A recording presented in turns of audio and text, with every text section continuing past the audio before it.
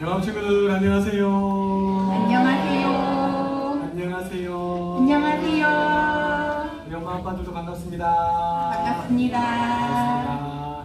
한 주간 잘 지내셨어요? 네. 어린이날도 있었고 또 우리 어버이날도 있었고 많이 바쁘셨을 텐데 너무 수고 많으셨습니다. 우리 옆집이랑 같이 한번 인사 한번 나누시겠습니다. 잘 오셨습니다. 반갑습니다. 기분대로 키우지 말고 말씀대로 키웁시다. 감사합니다. 자, 우리 하나님 말씀 같이 한번 읽어보겠습니다. 시작. 너나 아비에게 정정하고 내 늙은 어미를 경히 여기지 말지니라. 잠언 23장 22절 말씀. 아멘. 자, 우리 힘차게 박수 치면서 행복한 시간.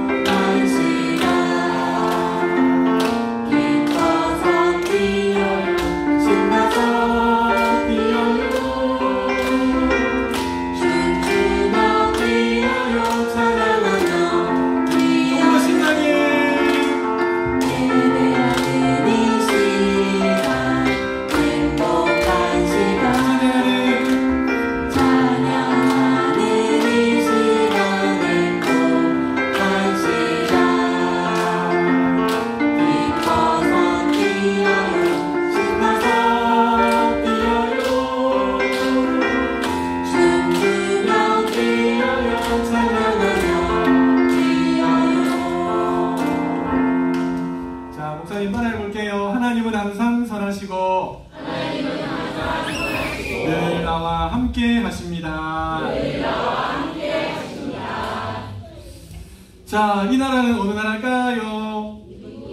미국이에요. 그렇죠? 전 세계에 있어서 가장 강한 나라라고도 말하고 또 전 세계 경찰과 같은 역할을 감당하는 나라가 바로 미국이라고 하는 나라예요. 자, 지금 미국의 대통령이 혹시 누군지 알아요, 우리 친구들? 미안해요.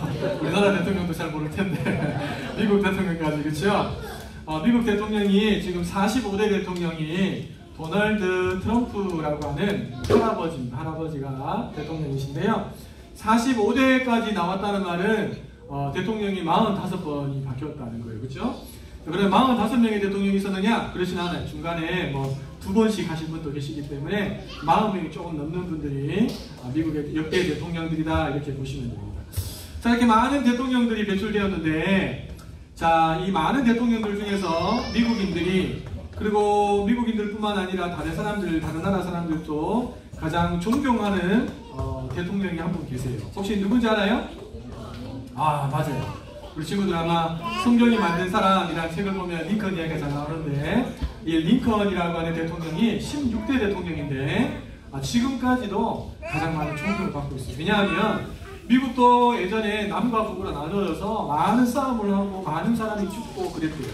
근데 링컨이 대통령이 되고 나라가 하나로 되는 중요한 일을 감당했기 때문에, 그리고 링컨의 처음은 그렇게 좋지 않았지만 갈수록 익어져가고 다듬어져가고 빚어진 링컨의 인격과 삶을 보면서 많은 사람들이 링컨이야말로 미국의 역대 최고의 대통령입니다, 이렇게 말하고 찬사를 보내고 존경하는 그런 위치까지 있는 것이죠.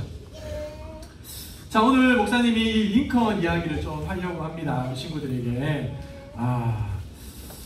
자, 이분은 누구냐니까 토머스 링컨이라고 해서 링컨의 아버지, 링컨의 어머니 이야기를 많이 들어보셨죠? 어머니가 일찍 돌아가실 때 이렇게 성경책을 이렇게 링컨에게 주면서 야, 이 말씀대로 네가 살았으면 좋겠다 이러면서 요원으로 성경책을 유품으로 줬는데, 그래서 어머니 이야기는 많이 알지만 아버지 이야기는 잘 몰라요, 사람들이.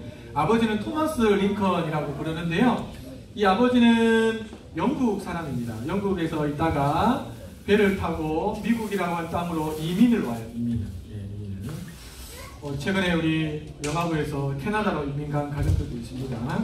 하여튼 이민을 이렇게 와서 뭐 처음에 뭐 할 일이 있겠어요, 그렇죠? 아버지가 잘 아는 손재주가 있었는데, 그래서 뭘 했냐니까 이 구두나 신발을 손수 만드는 수공업자 일을 아버지가 하셨어요. 그래서 손재주가 아주 좋아서 귀족들 집에 가서도 귀족들의 발 치수를 재갖고 정확하게 또 만들어주고 또 중간에 문제가 생기면 수습도 해주고 이런 일들을 아버지가 열심히 성실하게 감당하셨어요. 그리고 우리가 잘 알고 있는 것처럼 링컨은 아주 가난한 집에서 배우지도 못하고 그렇게 자라났는데요. 링컨이 조금 일찍 나이에 10대 후반에 정치에 처음으로 문을 두드립니다. 이 초반에 링컨은 별로 사람이 안 좋았다는 이야기들이 많이 있어요. 부정적인 의미들이 많이 있는데 한번 보니까 링컨이 옛날에 레슬링도 했대요. 레슬링. 예. 깜짝 놀랐어요. 링컨이 그 호리호리한 몸으로 키 큰 키에 레슬링까지 하면 어떤 모습이었을까 좀 상상도 했는데 아무튼 이제 그렇게 일찍 정치에 문을 두드렸던 사람이 링컨이었어요. 그리고 시간이 한참 지나서 여러 번의 많은 실패와 또 실패를 교훈 삼아서 나중에 드디어 미국의 제16대 대통령으로 당선이 됩니다. 그리고 이 링컨이 당선이 되고 난 다음에 의회를 구성하고 있는 상원 의원들을 모셔놓고 이제 자기가 취임 연설 비슷한 것들을 하게 되는 시점이 있었어요. 자, 그때 이 상원 의원들이 링컨의 아버지가 구두를 이렇게 손수 만드시는 수공업자고 또 링컨은 집안이 별로 안 좋고 학벌도 아주 낮다는 것을 알고 얕잡아봤어요. 왜냐하면 이 상원 의원들의 집은 다들 오리오리한 저택에 살고 공부도 많이 해서 다들 엘리트 층에 있는 사람들이었거든요.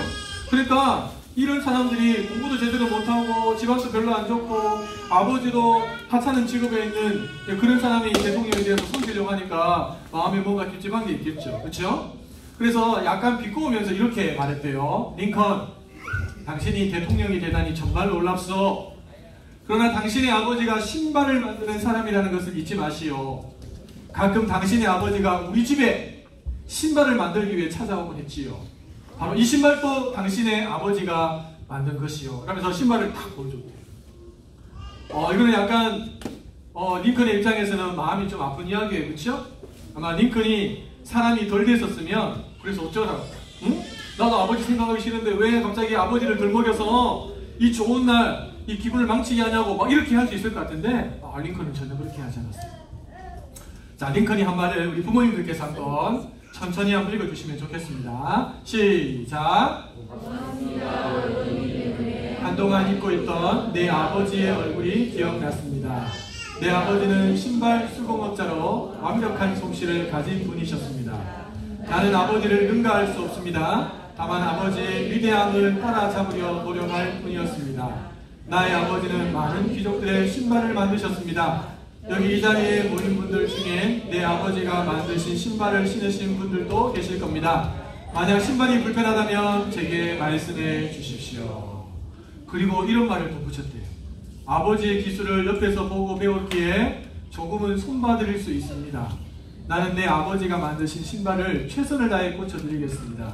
물론 제 솜씨는 돌아가신 아버지에 비교할 수 없습니다만 하면서 눈물을 걸썽이면서 아주 떨리는 목소리로 아버지를 향한 링컨의 사랑과 존경의 마음을 쫙 담아냈습니다.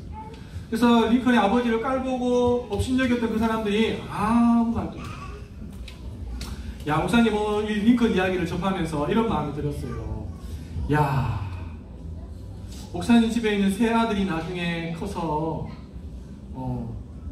목사님을 향해서 이렇게 사랑과 존경의 마음을 가지고 말해준다면 얼마나 기쁠까.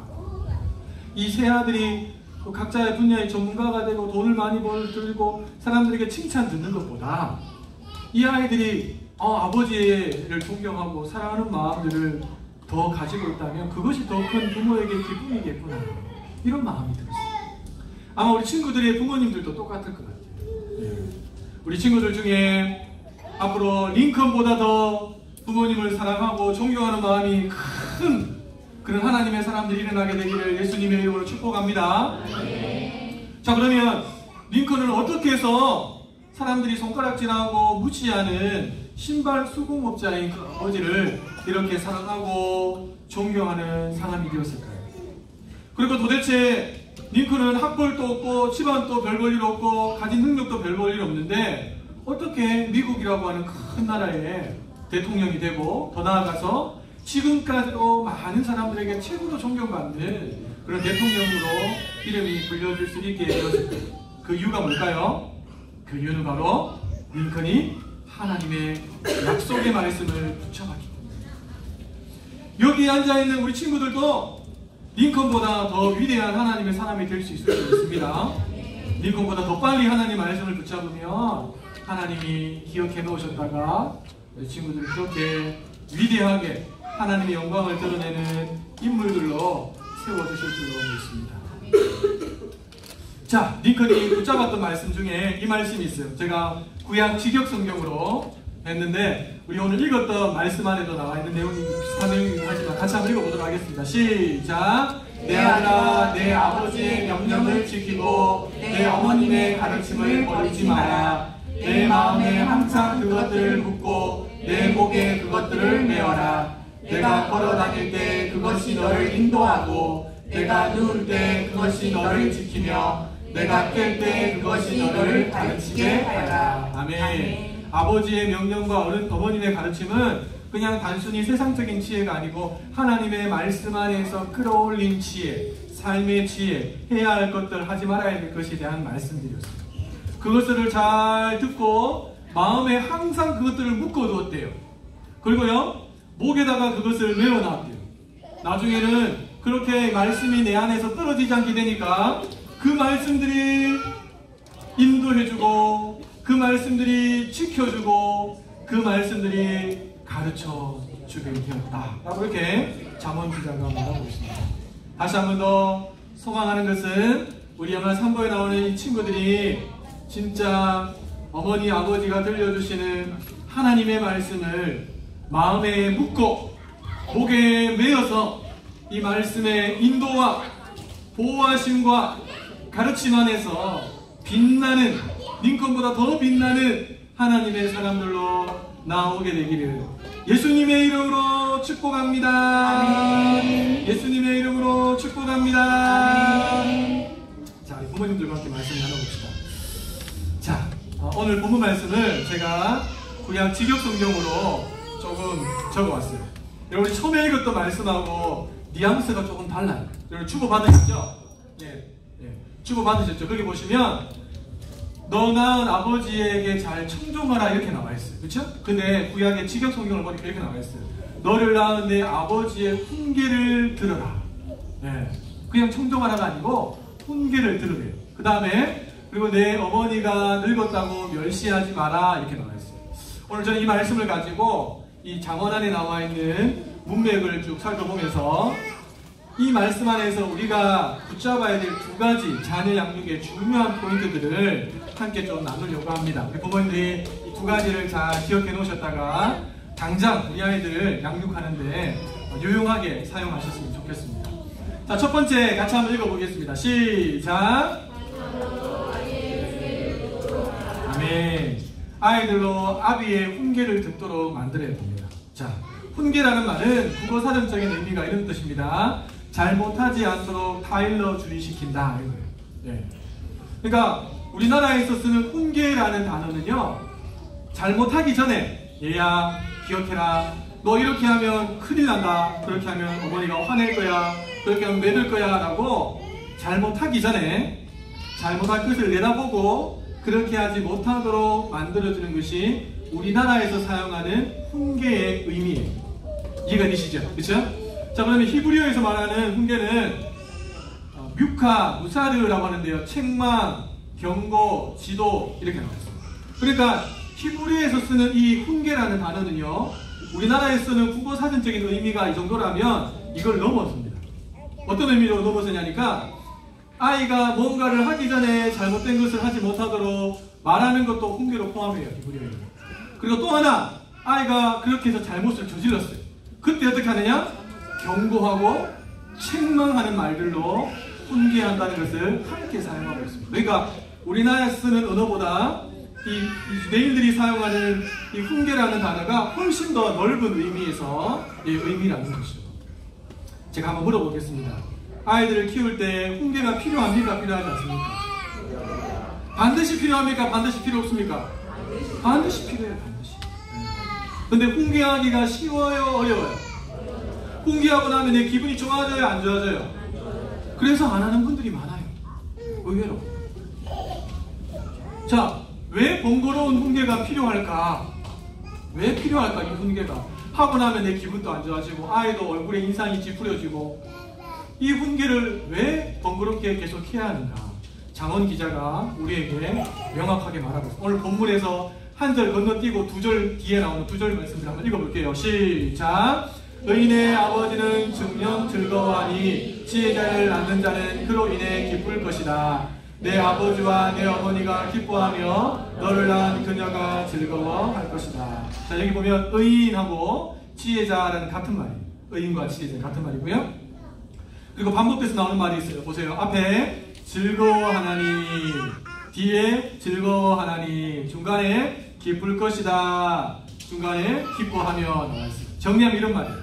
자녀가 훈계를 들으면 하나님의 말씀을 통해서 들려지는 하지 마라, 해야 할 것들을 자꾸 들으면 그 말씀에 붙들리게 되면 의인, 다시 말해서 지혜자가 됩니다. 그렇게 되면 그 자녀는 부모에게 뭘 준다고요? 기쁨과 즐거움을 주는 자녀가 된다. 이 잠언에 수천 년 전에 기록해놓은 잠언의 말씀, 놀랍지 않습니까, 여러분? 하나님의 말씀이 그 아이를 사로잡을 때, 훈계를 통해서 바로잡을 때 그 아이가 옳고 그름을 바르게 하는 의인의 삶, 지혜자의 삶을 살게 되고, 그것이 나중에는 부모에게 가장 큰 즐거움과 기쁨을 주게 된다는 것입니다. 자, 그러면 자녀를 훈계하지 않으면 어떻게 될까요? 그것도 성경이 말해요. 여러분, 성경에 보면 부모 입장에서 자녀를 제대로 훈계하지 않아서 큰 낭패를 본, 여기 나오는 기쁨과 즐거움이라고 그랬는데 슬픔과 고통과 눈물과 아픔을 겪게 된 부모들 이야기가 성경에 나와 있어요. 사사시대에 영적인 최고의 권위에 있었던 엘리 제사장을 아시죠? 엘리 제사장에 두 아들이 있었어요. 그렇죠? 홈니와 비느하스. 제가 좋아하는 인물 중에 비느하스가 있는데 동명이인이에요.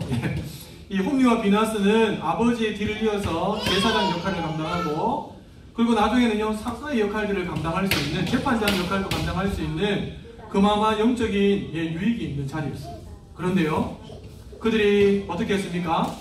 성전에서 수종드는 여인들과 동침합니다. 그리고 제물로 가지고 온 고기들 중에서 가장 좋은 부분들을 자기들이 미리 빼갖고 자기들이 다 챙겨요. 온 이스라엘에 이 홈니와 비느하스의 악행이 소문이 났어요. 그래서 여러분 그 사사기에 보시면 이 홈니와 비느하스를 불량자 이렇게 나와 있어요. 불량자. 사무엘상에 보면 불량자가 나와 있어요. 자, 이 이야기를 갖다 엘리가 들었어요. 그리고 아들을 불렀어요. 뭐라고 하는지 아세요? 아들들아, 온 이스라엘에 너희들 향한 소문이 옳지 아니하니. 그러면서 끝내버려요. 책망이 아니에요. 그냥 대충 그냥 지나가는 거예요. 그랬을 때 하나님이 어떻게 하십니까? 블레셋이 군사를 일으켜서 이스라엘을 쳐들어오게 하고, 그 전쟁에서 계속 지니까 법궤를 가져가면 되겠구나 싶어서 홈니와 비느하스가 법궤를 챙겨 나가죠. 그리고 법궤도 빼앗기고 홈니와 비느하스도 전쟁에서 같이 죽게 됩니다. 아비 엘리에게 큰 슬픔과 두려움과 낙심을 주게 되는 그런 결과들이 이어집니다. 엘리도 그 소식을 듣고 바로 또 쓰러져 죽습니다. 또 한 사람, 자녀 양육에 실패한 사람이 있습니다. 여러분, 우리가 존경하고 좋아하고 본받고 싶어하는 사람 중에 다윗이라고 하는 중요한 인물이 있어요. 그렇죠? 여러분, 다윗을 본받을 때는 다윗 개인과 하나님 1대1 관계에서만 본받아야 돼요. 다윗의 자녀 양육을 본받으시면 안 돼요. 다윗은 자녀 양육에 실패한 사람이에요. 큰아들이었던 암논이 다윗이 왕으로 있을 때 그 여동생을 갖다가 아픈 척하면서 몰래 들어오게 해서 음식을 갖고 들어오게 해서 겁탈하죠. 그렇죠? 그럼 다윗이 그 소식을 듣고 어떻게 됩니까? 큰아들을 불러야죠. 야, 이 나쁜 놈아, 이러면서 아무리 네 배다른 누이 동생이지만 어떻게 그럴 수 있냐 하면서 책망하고 멀리 산골짜기로 보내든지 이렇게 자기 죄를 씻을 수 있는, 그 앞에서 자복할 수 있는 그런 기회를 열어줘야 되는 다윗이 아무 말도 하지 않습니다. 그러니까 이 여동생의 이 같은 배에서 낳은 오빠 압살롬이 열받은 거예요. 압살롬이 어떻게 합니까? 형제들에서 잔치를 마련하는 것처럼 해놓고 그 자리에서 암논을 죽입니다. 그렇죠? 그리고 도망가 버렸죠. 나중에 누가 중재 역할을 해서 압살롬이 다시 돌아와요. 다윗이 그때 부르지 않습니다. 압살롬, 너 왜 형님을 죽였어? 너 왜 약한 일을 했어? 압살롬이 점점 더 세력을 얻고 사람들한테 인기를 얻고 힘을 모아서 후퇴탄을 일으키고, 다윗은 신발도 신지 않고 도망가는 도망자 입장이 되기도 합니다. 여러분, 훈계는 해도 되고 안 해도 되고 그런 문제가 아니고 반드시 해야 하는 거죠. 내가 자녀를 사랑한다면 진짜 훈계는 반드시 필요합니다. 자, 그런데 사랑스러운 자녀를 어떻게 훈계합니까? 저는 못합니다 라고 말하실 수 있는 분들이 간혹 있을 것 같아요. 저는 이제 아들만 키웠기 때문에 아들 3명을 키워본 결과에 의하면 반드시 훈계는 필요하다, 성경은 진리다, 이게 확실합니다. 근데 딸을 안 키워봤기 때문에 딸도 훈계가 필요할까? 근데 성경이 이제 딸들에 대해서는 뭐 아들들아 이렇게 이야기하지 딸들아 이야기 안 하더라고요. 그래서 이거 딸은 아닌가 싶은데 주변에 목사님들 이렇게 딸들을 보니까 딸들도 고집이 한번 나오기 시작하면 이게 걷잡을 수 없다는 이야기들이 종종 들리더라고요. 그래서 이제 결론이 그렇구나, 딸들도 훈계가 필요하구나, 이렇게 저는 이제 확신합니다. 근데 이제 그래도 목사님 딸을 안 키워서 그렇지 어떻게 딸한테 제가 책망하고 또 심지어 말 안 듣는다고 내가 매를 들 수 있겠어요? 이렇게 생각할 수 있는 어머니들이 그래도 있을 거라고 저는 생각합니다. 괜찮습니다. 그분들의 뭐 이렇게 입장이니까. 그렇죠? 근데요, 이제 말씀을 가지고 한번 이야기해 보겠습니다. 여러분, 장원 기자가 이 훈계에 대해서 이야기하면서 훈계의 가치가 얼마나 대단한 가치 있는지를 우리에게 말합니다. 여러분 생각하기에 훈계, 부모가 자녀를 훈계하는 것이 어느 정도 가치가 있다고 생각하세요? 그것도 뭐 가치가 있습니까? 이렇게 생각하시는 분도 있을 것 같아요. 그렇죠? 아까 우리가 본문 한 절 읽고 한 절 건너뛰어서 2절 읽었죠. 그렇죠? 건너뛰었던 그 중간에 나오는 말씀이 훈계가 얼마나 가치 있는 것인가를 우리에게 보여주고 있는 말씀인데요. 다시 한번 직역 성경으로 다시 한번 읽어볼게요. 자, 시작.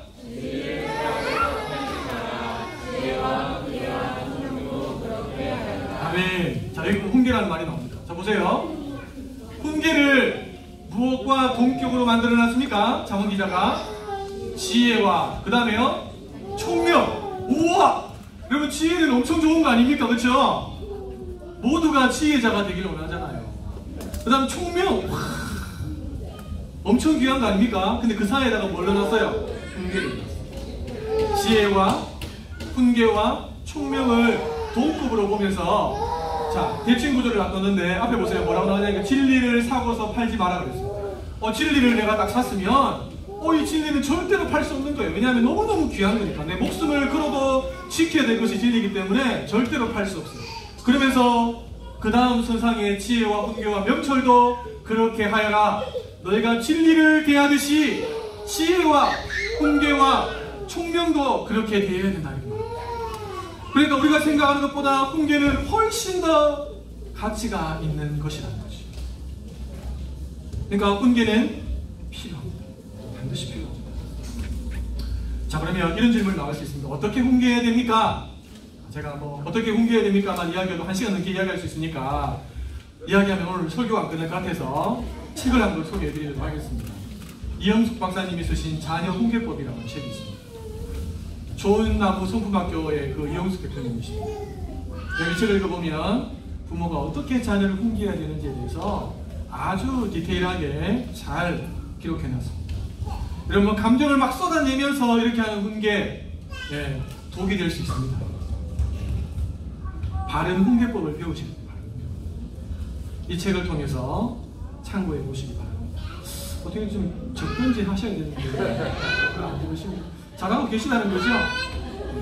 커피 한 잔 안 사 드시고 꼭 이 책을 사서 여러분 꼭 자녀를 양육하는데 지혜와 총명의 위치에 훈계를 두시고, 내가 우리 영화부에 나오는 부모님들 중에서 최고로 훈계를 잘하는 부모가 되어야지, 이런 마음으로 이런 책을 사서 한번 독파하시고 우리 아이들을 그렇게 양육하시면 좋겠습니다.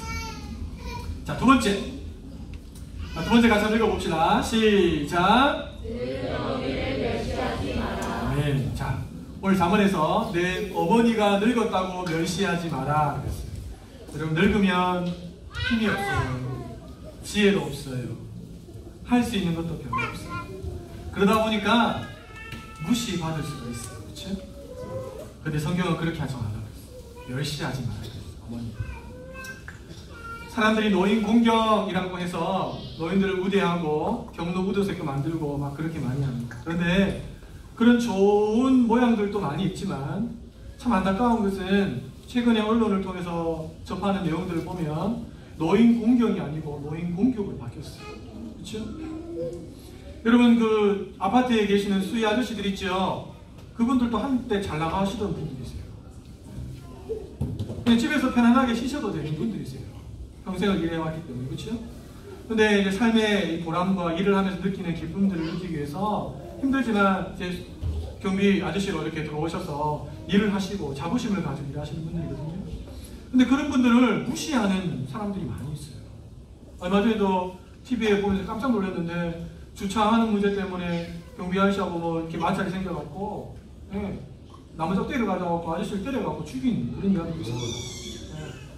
참 어떻게 저렇게 할 수 있을까 정도로 생각될 만큼 노인을 공격하는 그런 세대들이 많이 있어요. 보통 지하철에서는 이제 경로 우대석 있잖아요. 울산에는 지하철이 잘 없어서 잘 모르실지 모르겠지만, 그런데 이제 사람들이 없다 보니까 젊은 청년이 이제 그 어르신 자리에 이렇게 앉아 있었던 거죠. 나중에 이제 사람들이 어느 정도 차고 어르신이 당연히 이제 경로 우대석에 가면 자기 자리에 있을 줄 알고 왔는데 청년이 앉아 있었어요. 그래서 헛기침을 하니까 이렇게 하니까 왜 내한테 눈치를 주냐고 이러면서 이제 지하철에서 또 노인을 폭행한 사건이 있었어요. 그러니까 요즘에 이 노인들을 향하여서 존경하는 마음, 이런 마음이 살아갈 문제가 없어요. 아주 이 시대가 악하고 무서운 시대로 바뀌고 있어요. 자, 그러면 다른 아이들은 뭐 그렇다 치더라도 내 아이만큼은 우리가 잘 키워야 되지 않겠습니까? 어떻게 하면 내가 늙었을 때 내 아이가 나를 멸시하지 않고 나를 끝까지 사랑으로 대해줄 수 있을까? 어떻게 하면 내가 늙고 힘이 없었을 때 내 아이가 링컨처럼 사랑과 존경의 마음을 가지고 사람들이 손가락질하는 나를 그래도 좋은 어머니, 좋은 아버지라고 높여줄 수 있을까? 그 비결을 제가 오늘 공개하도록 하겠습니다. 자, 여러분 메모할 준비하시고 이 책은 꼭 사셔야 됩니다. 제가 책장 사용 같은 이 책은 꼭 사셔야 돼요. 진짜. 이 책만 아이들한테 100번 읽히면 여러분의 아이들이 절대로 여러분 나이가 들어서 힘없을 때 여러분 멸시하지 않을 겁니다. 짜잔. 혹시 이 책이 집에 있다 손 들어보세요. 아무도 없습니까? 아, 너무하십니다 진짜. 네. 이 책은 반드시 집에 있어야 됩니다. 네. 아내가 저희 첫째 어릴 때 이 책을 구입해서 읽어주면서 정말 많이 울었어요. 네. 그리고 저한테도 여보 당신이 좀 읽어주세요 하면서 저도 이제 책을 가지고 눕혀놓고 읽는데 마음이 울컥했어요. 언제까지나 너를 사랑해. 여러분 이 책을 반드시 읽히시고 아시겠어요? 네. 진짜 금식하고 하더라도 그 돈을 가지고 사세요. 목사님 전 돈이 저한테 오세요. 제가 사드릴게요. 진짜 정말 좋은 책이에요. 제가 책 소개를 하지 않겠습니다. 이야기하면 책 안 살 분들이 여러분 계실 것 같으니까 책을 꼭 사셔갖고 이 책을 사용하는 방법이 있는데요. 언제까지나 너를 사랑해 하는 이 부분들이 반복해서 많이 나와요. 근데 여러분 스스로가 멜로디를 만들어서 이 부분은 노래로 이렇게 불러주세요. 아시겠어요? 네. 그러면 나중에 마지막 장을 넘길 때쯤 되면 아마 진한 감동이 여러분의 마음에 훅 하고 지나갈 거예요. 그 감동이 식어질 수 있거든요. 또 사서 또 읽어주시고 또 읽어주시고 또 읽어주시면 저는 확신합니다. 이 책을 부모로부터 여러 번 들었던 아이들은 절대로 부모가 힘이 없을 때 나약할 때 부모를 멸시하지 않을 거예요. 확신합니다. 아멘. 네. 자, 그 다음에 노인 공경들 어떻게 되는가? 부모와 노인을 잘 섬기고 경청하고 존중히 여기는 삶을 사셔야겠죠. 우리가 가르치는 것도 중요하지만 아이들에게 눈으로 보여주는 교육은 너무너무 중요합니다. 제가 지난주에도 말씀드렸지만 부모님을 섬기고 할 때 용돈을 드리거나 선물을 드릴 때 어떻게 하라고 그랬습니까? 아이들의 손에다가 들려주고 이게 어떤 의미로 부모님에게 드리는 건지를 설명해주고 어르신에게 잘 이렇게 아이가 갖다 드리라고 했죠. 그렇죠? 너무 중요합니다.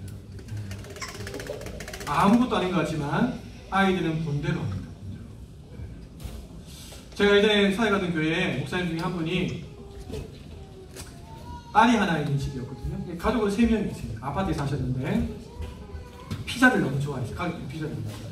그래서 3명이 이제 피자를 시키면 몇 판을 시켜야 됩니까? 3판. 예, 3판. 예, 대단하십니다. 보통 한 판 정도 하면 다 먹잖아요. 그렇죠? 엄마, 아빠 이렇게 세 개씩 먹고 뭐 딸 2개 먹고 이러면 배부르잖아요. 그렇죠? 콜라까지 마시면. 아닙니까? 죄송합니다. 예. 아무튼 이제 보통 한 판 시켜요.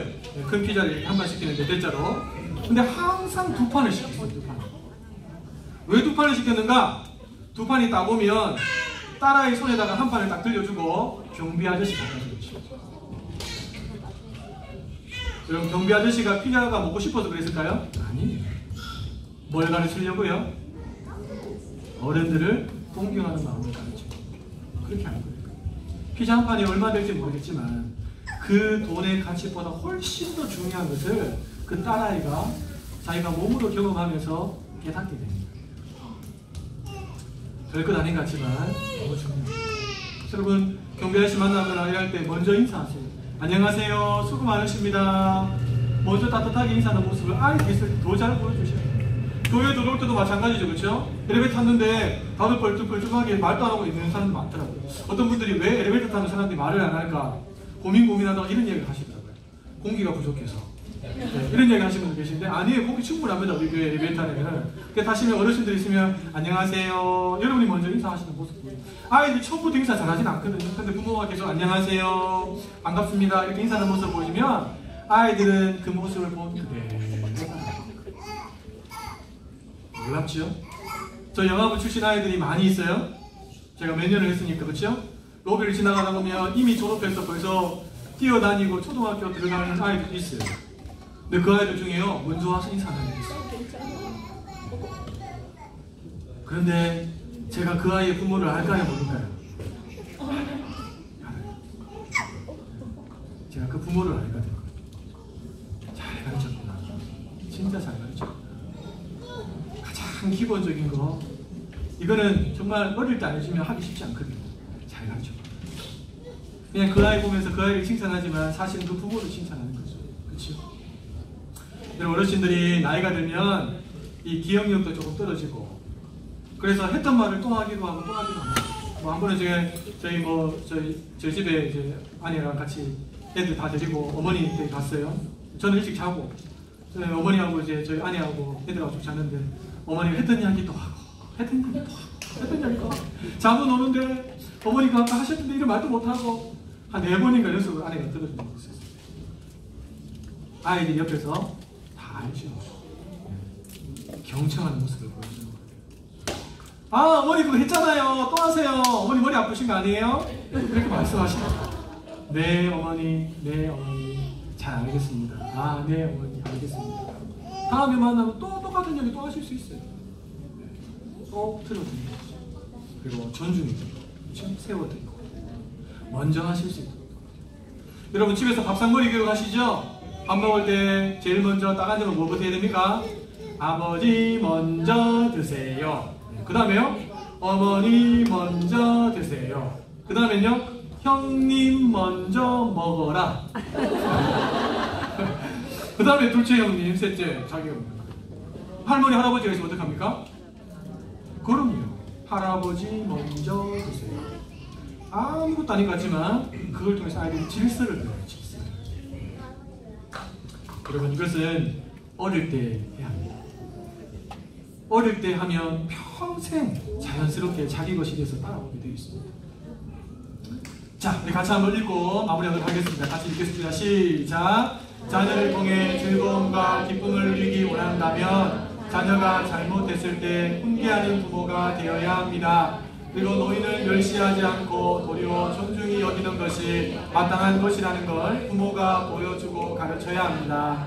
그럴 때 우리 아이들이 성경이 말하는 의인이 되어 부모를 공경하고 사랑하는 엄청난 영향력을 흘려보내는 사람이 될 수 있습니다. 아멘. 이 아이들을 통해서 장차 큰 기쁨과 즐거움을 누리기를 원하십니까?